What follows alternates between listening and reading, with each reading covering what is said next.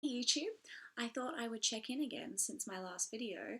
I have actually been through the wars with endometriosis.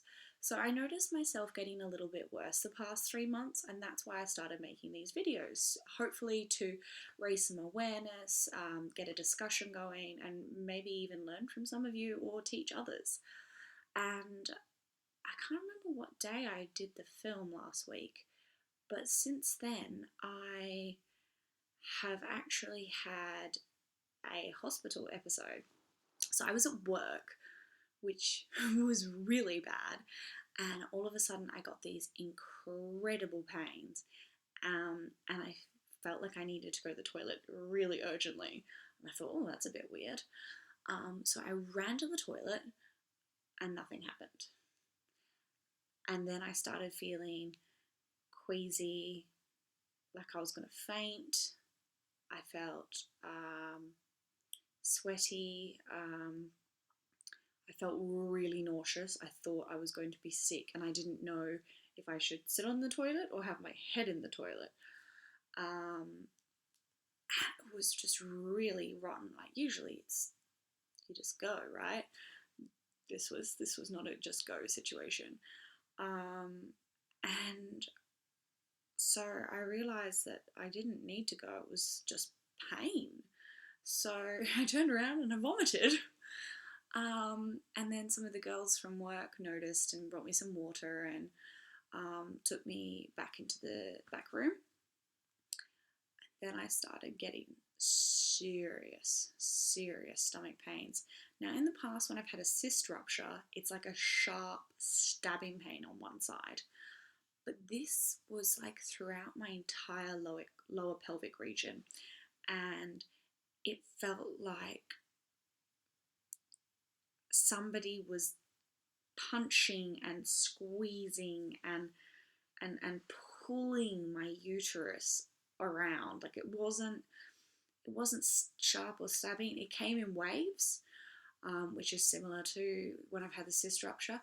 But to be honest, I think I haven't had a baby, but the closest thing I could describe it as would be um, contractions. It felt like what contractions are described as. Um, and I, in the past, have been able to still walk during these pains. Like when I've had like a rupture or a torsion, scream like crazy and I'm in a lot of pain, but not. I don't go into shock. I can't not walk or anything. I couldn't actually walk. So one of the girls offered to um, drive me to the hospital, but there's like 2 flights of stairs on the way into work, and I couldn't get there. I couldn't get down the stairs. Um, so we actually had to call the ambulance, and it was an hour before they got there. So, guys, I have some advice for you. If you have endometriosis, you're already diagnosed, and you have an episode, don't tell them it's endo on the phone because they go, oh, it's just a girl with endo, and they don't come. My boss literally had to call them up again and pester them and be like, look, she's begging for death. You guys need to get here now. They just weren't coming. That was like not a priority. And that's fine. There are people out there who are going to die. I knew I was not going to die. But I was in so much pain. I couldn't stand. I couldn't move. I was just crying, screaming, and vomiting. Like, that's not okay. I needed opioids for this pain. They gave me the whistle, and I was still feeling the pain through it. So, just some advice. If you do have something, say like, hey, it's not serious, but please come and give me hard drugs because it hurts. And let them think it's an appendix or something, because if you say endo, they just don't come. I'm like 5 minutes away from the hospital. So I went to the doctors, went to the hospital. They did nothing except for make me worse because I react really badly to endone.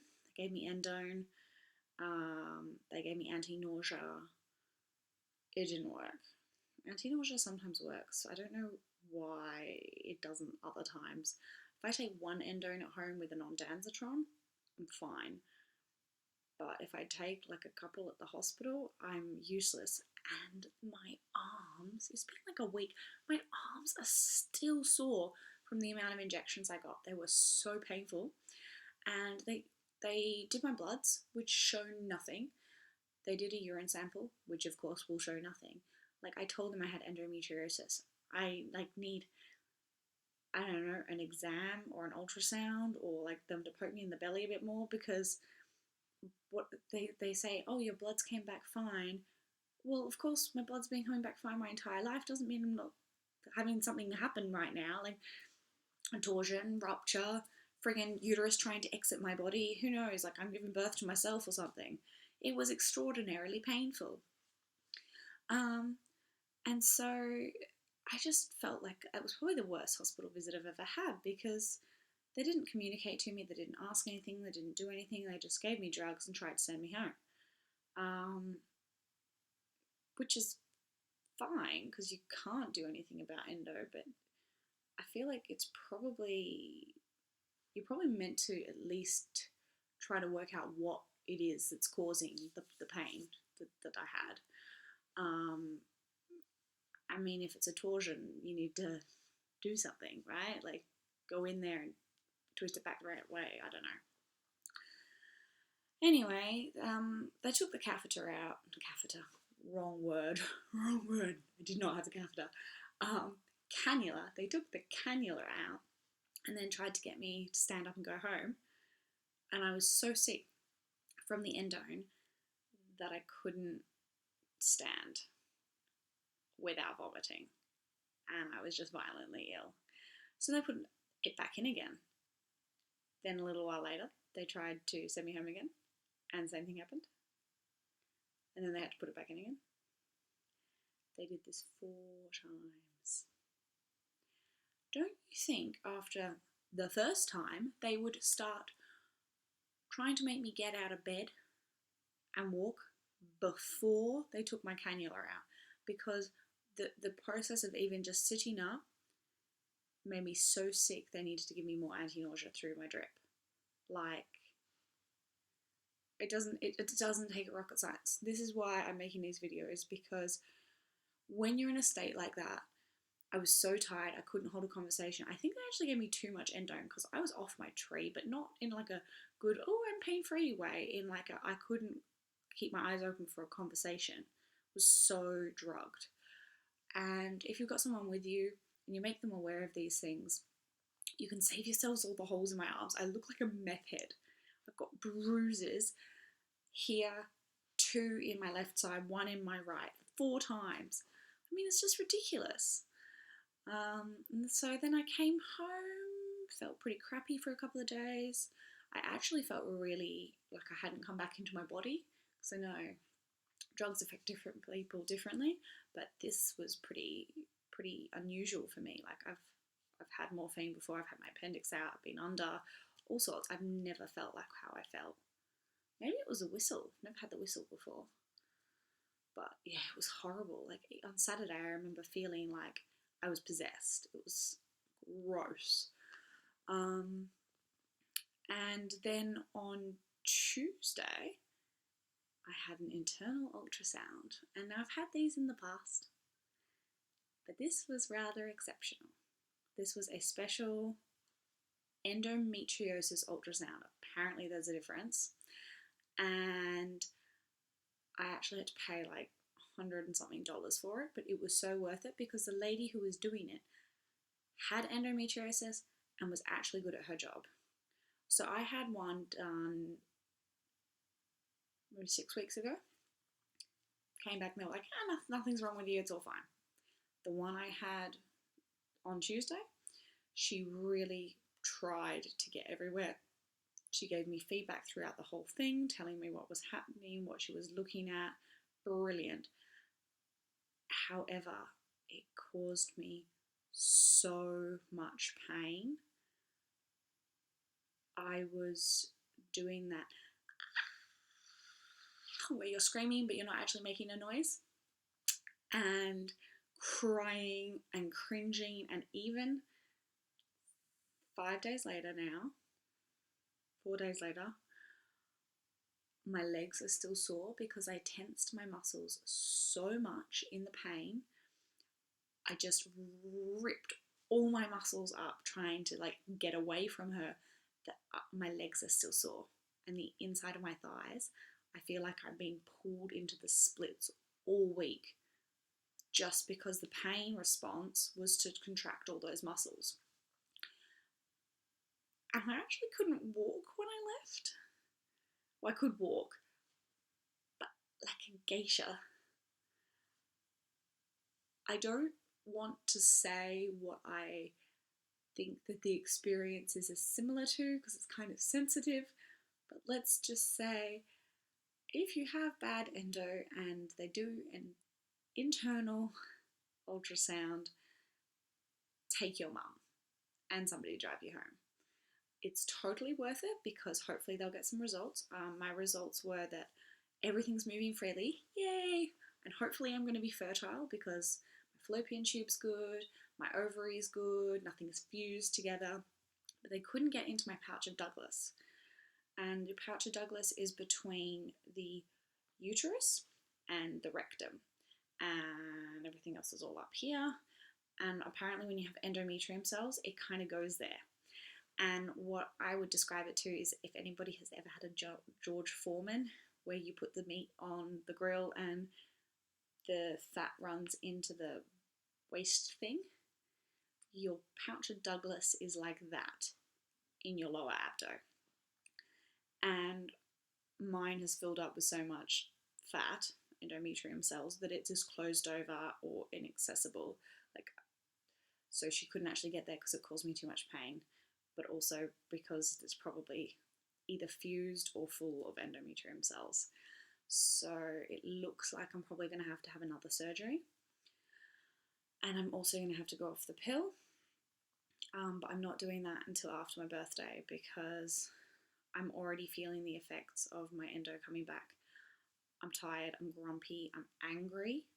I'm using a lot of swear words that I don't usually use because I'm frustrated and I'm emotional and I just want to cry all the time. And I can just tell it's all hormonal. I've got a hot chocolate waiting for me. It's 4 a.m. again. Like, I'm craving bad food. I don't want it to come back. But yeah, I'm just gonna try the no pill after my birthday because at least then hopefully nothing will happen between now and then. It's like 10 days.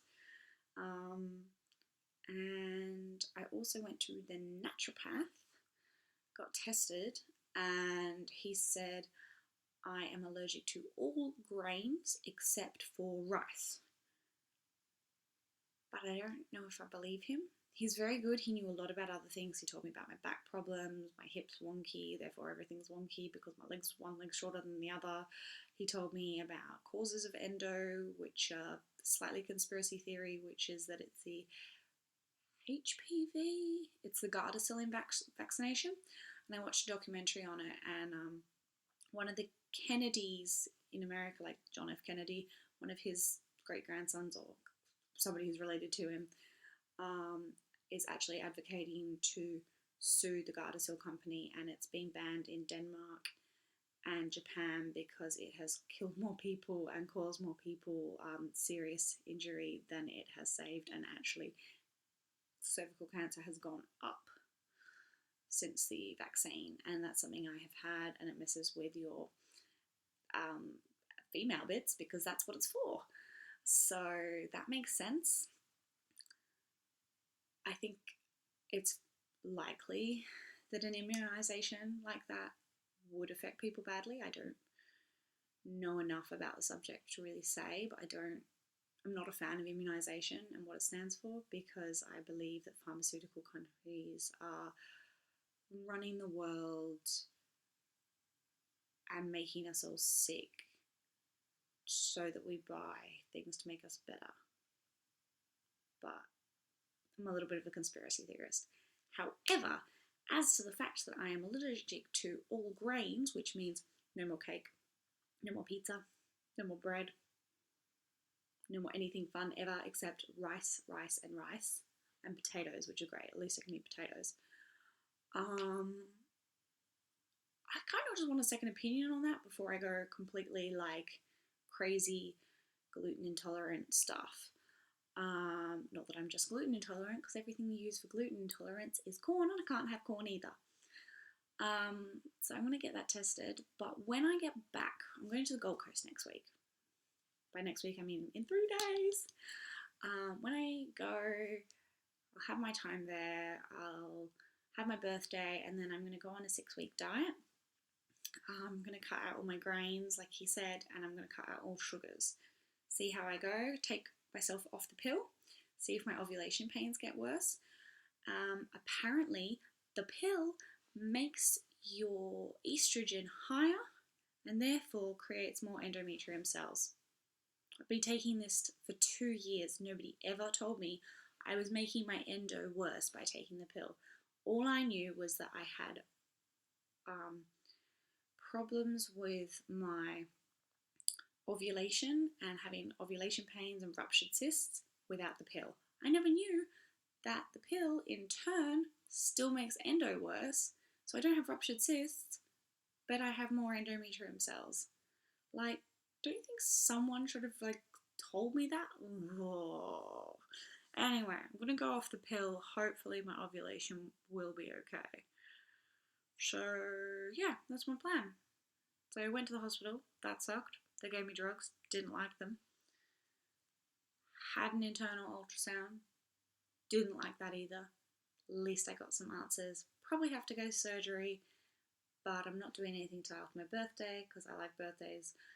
I think it's important to celebrate the fact we're alive, and then I'm going on a diet and stopping the pill. Probably should have just started with that, shouldn't I? Why did I talk for 15 minutes?